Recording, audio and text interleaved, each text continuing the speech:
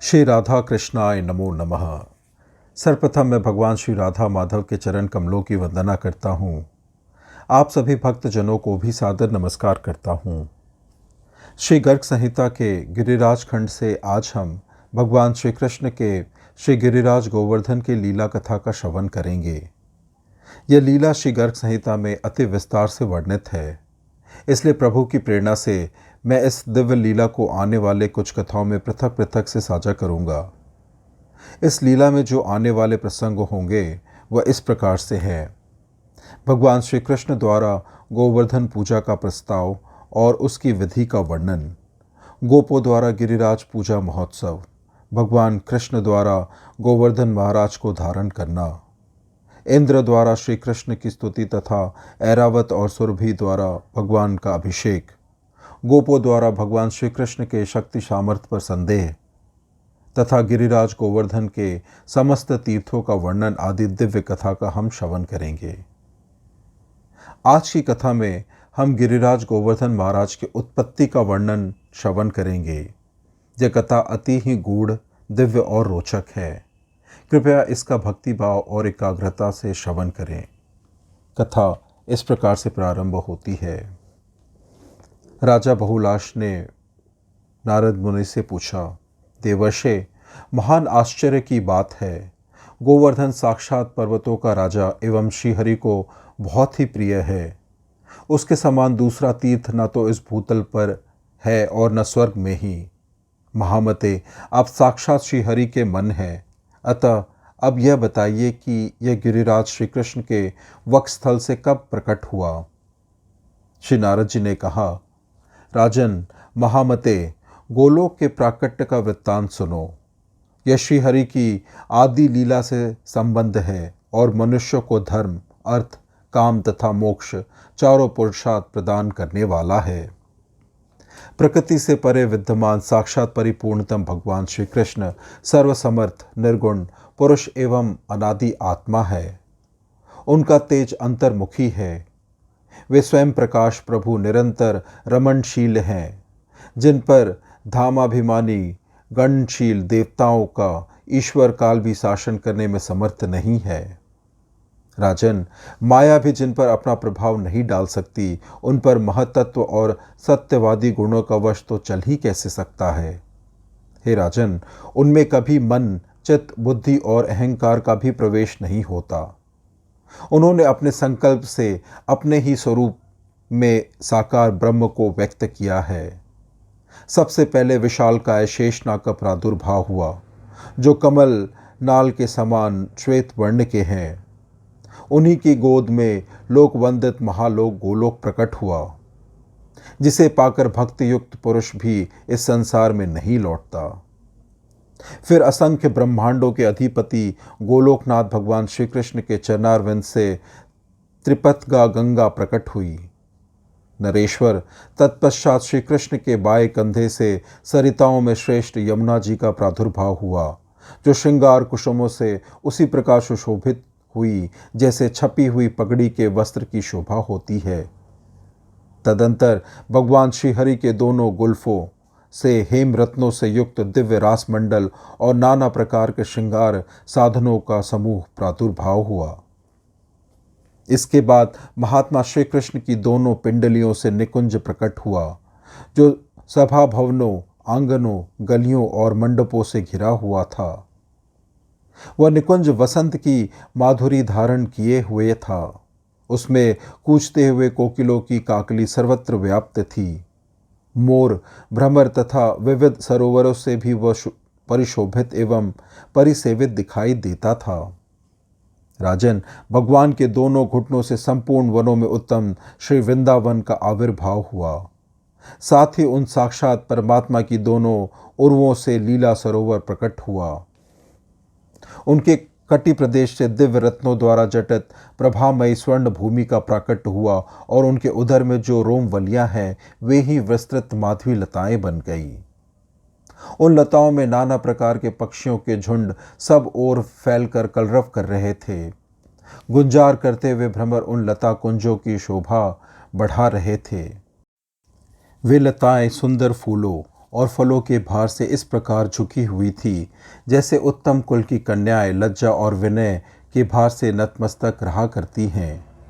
भगवान के नाभि कमल से सहस्त्रों कमल प्रकट हुए जो हरिलोक के सरोवर में इधर उधर सुशोभित हो रहे थे। भगवान के त्रिवली प्रांत से मंदगामी और अत्यंत शीतल समीर प्रकट हुआ और उनके गले की हंसुली से मथुरा तथा द्वारका इन दोनों पुरियों का प्रादुर्भाव हुआ। श्रीहरि की दोनों भुजाओं से श्री दामा आदि 8 पार्षद उत्पन्न हुए। कलाइयों से नंद और कराग्रभाग से उपनंद प्रकट हुए। श्री कृष्ण की भुजाओं के मूल भागों से समस्त वृषभानुओं का प्रादुर्भाव हुआ। नरेश्वर समस्त गोपगण श्री कृष्ण के रोम से उत्पन्न हुए हैं।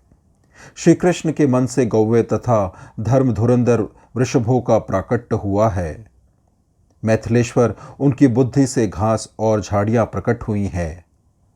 भगवान के बाएं कंधे से एक परम कांतिमान और तेज प्रकट हुआ जिससे लीला श्री भूदेवी विरजा तथा अनन्याय हरिप्रियाएं आविर्भूत हुईं। भगवान की प्रियतमा जो श्री राधा है उन्हीं को दूसरे लोग लीलावती या लीला के नाम से जानते हैं। श्री राधा की दोनों भुजाओं से विशाखा और ललिता इन 2 सखियों का आविर्भाव हुआ। नरेश्वर दूसरी दूसरी जो सहचरी गोपियां हैं वे सब राधा के रोम से प्रकट हुई हैं। इस प्रकार मधुसूदन ने गोलोक की रचना की।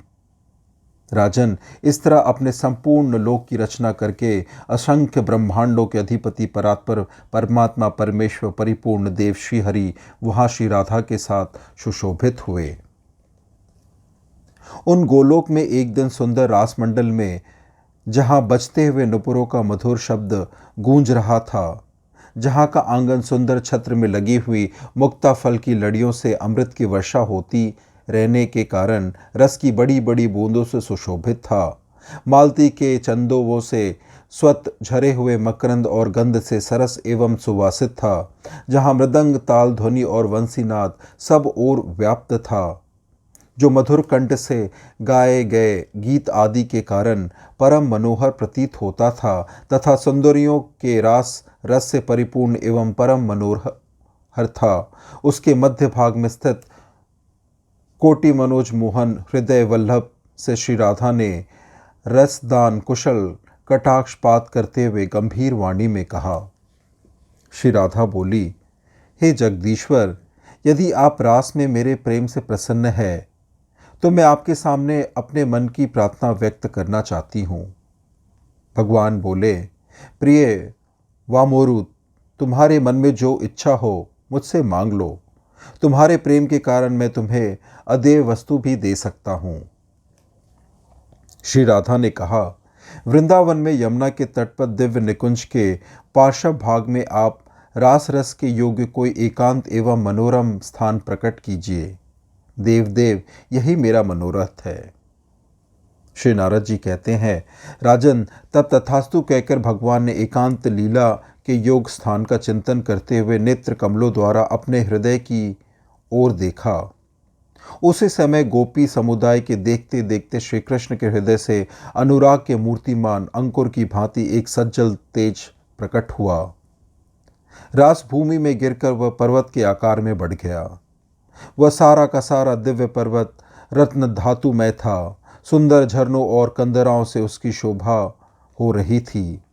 कदम्ब, बकुल, अशोक आदि वृक्ष तथा लता जाल उसे और भी मनोहर बना रहे थे। मंदार और कुंदवंत के संपन्न उस पर्वत पर भांति भांति के पक्षी कलरव कर रहे थे।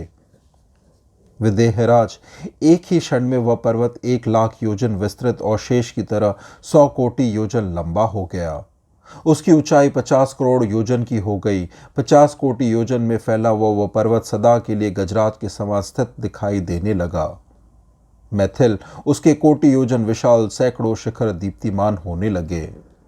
उन शिखरों से गोवर्धन पर्वत उसी प्रकार सुशोभित हुआ मानो सुवर्ण में उन्नत कलशों से कोई ऊंचा महल शोभा पा रहा हो। कोई कोई विद्वान उस गिरि को गोवर्धन और दूसरे लोग सत्संग कहते हैं। इतना विशाल होने पर भी वह पर्वत मन से उत्सुक सा होकर बढ़ने लगा। इससे गोलोक के भय से विहल हो गया और वहां सब और कोलाहल मच गया। यह देख श्रीहरि उठे और अपने साक्षात हाथ से शीघ्र ही उसे ताड़ना दी और बोले, अरे प्रसन्न रूप से बढ़ता क्यों जा रहा है? संपूर्ण लोक को आच्छादित करके स्थित हो गया। क्या ये लोग यहाँ निवास करना नहीं चाहते? यूं कहकर श्रीहरि ने उसे शांत किया, उसका बढ़ना रोक दिया। उस उत्तम पर्वत को प्रकट हुआ देख भगवत प्रिया श्री राधा अति ही प्रसन्न हुई।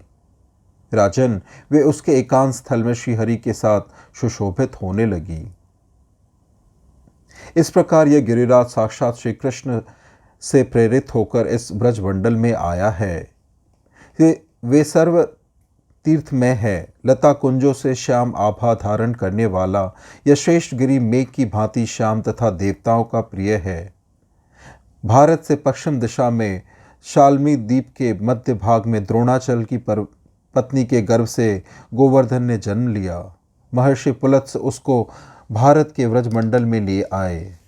हे विदेहराज, गोवर्धन की आगमन की बात मैं तुमसे पहले निवेदन कर चुका हूँ।